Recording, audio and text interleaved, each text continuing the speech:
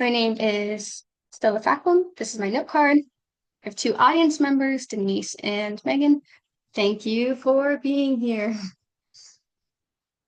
You are being lied to every day. Every time you look at a map, check your GPS, check your phone. You're being lied to. No, the Earth is not flat, but our maps are. My name is Stella Monroe Facklam. I present to you a speech called Why Maps Lie. My purpose is to inform you about my three main topics: why flat maps distort reality, how those distortions affect our worldview, and what modern tools can give us a more accurate picture of Earth. Let's start with the core issue. Flattening a globe without distortion, it's impossible. The Earth is a sphere, a bumpy, rotating ball. A globe is the only way to represent it accurately. But when we try to flatten a 3D object into a 2D surface, something always gets distorted. It's like trying to peel an orange and have the skin stay intact while you flatten it down. You can't. That's what cartographers call map projection, a method of translating the round Earth into a flat format. As National Geographic points out, every single projection distorts at least one major feature: size, shape, distance, or direction.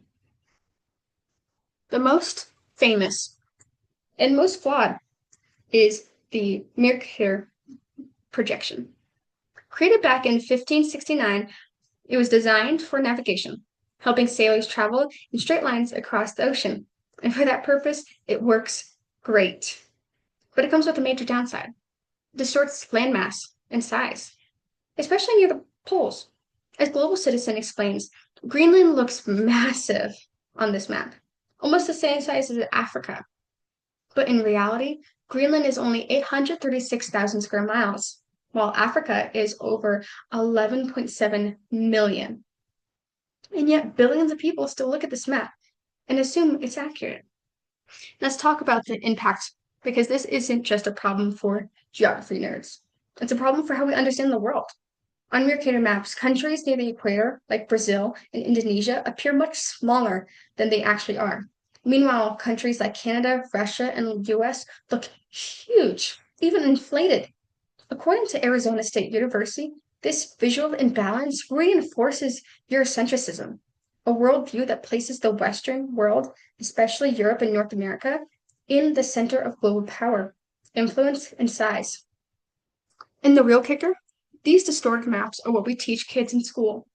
They are handed Mercator-style maps like this solar system, and they see the Earth from such a young age with a big Eurasia continent and a tiny, small Africa. So from a young age, we learn distorted version of geography, one that subconsciously skews our understanding of size, importance, and dominance. A map doesn't just show us where countries are.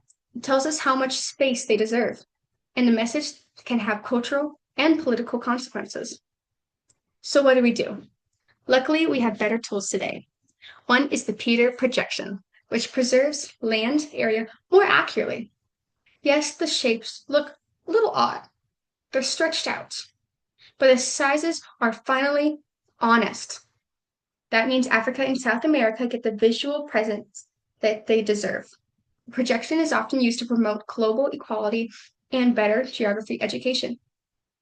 We also have digital tools that show these distortions in action.